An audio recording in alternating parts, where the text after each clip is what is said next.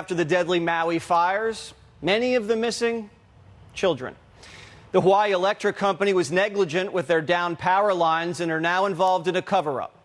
Water held back from firefighters, roads were even blocked, trapping Americans inside the inferno. And FEMA officials have been staying at five-star luxury resorts. But it actually gets worse. The Free Beacon discovered that FEMA, in the middle of all of this around-the-clock search and rescue recovery mission, is telling their workers to focus on diversity training. FEMA is having workers do a 3-hour course on equity in the middle of the disaster recovery.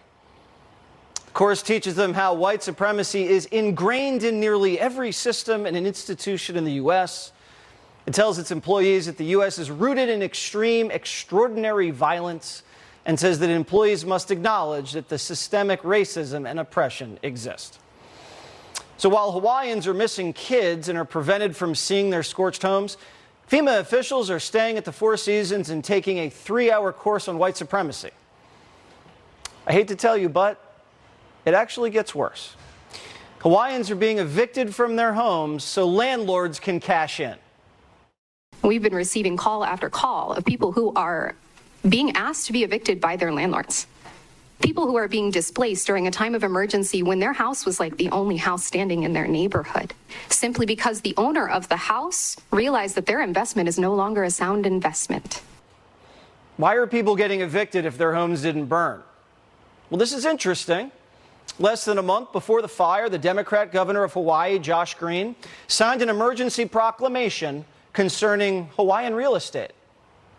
To my knowledge, this was the first emergency proclamation in the country that didn't have a preceding incident. This was just, from my knowledge, was just to streamline development on Maui, and it is allocated all decision-making power to one person, the housing officer of the governor, Nani Medeiros, who's unelected, who can trump every single thing that you do. They're meeting with developers, private landowners, and not a lot of community.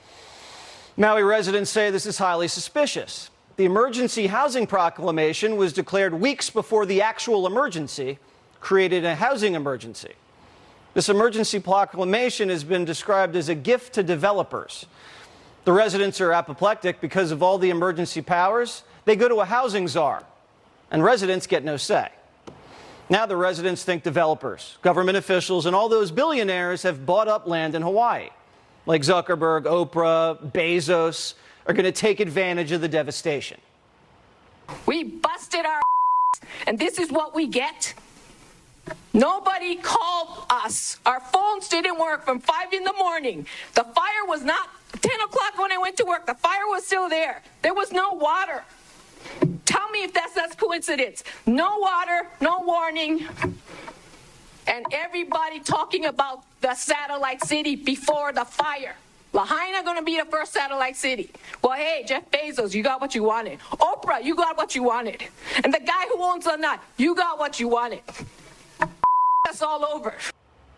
Many of the Maui residents are worried that their town is going to be turned into a smart city, a tech hub where wealthy people work remotely, massive data is collected, and middle-class people are priced out. Primetime has no idea what's going on. The governor of Hawaii calls this all a conspiracy theory. But when all of these tragedies and mishaps converge, it leaves vulnerable people searching anywhere for answers. Representative Diamond Garcia is a member of the Hawaii House of Representatives. All right, Diamond, tell us what people are thinking here. Well, the fact is people are confused. It's been 3 weeks, Jesse, and there's not been any clear answers. I mean, these people lost everything, their homes, their families, their loved ones, their children, and they're crying for answers. They need answers. And unfortunately, the response from the federal, state, and county governments has been pretty quiet. When asked what the death count was for children, the answer was, I don't know. When asking FEMA and calling FEMA for more resources, they get the voicemail. So people are frustrated here in Hawaii, and it's really sad to see this kind of federal response. So if you have real estate, probably the most expensive in the entire country, and there's a lot of poor people in Maui, there just are, and then a fire comes through and just rips it to shreds, and developers are licking their chops, Is this why people are so concerned, especially when the fire water wasn't ready, or wasn't given to the firefighters, and all of these things keep adding up?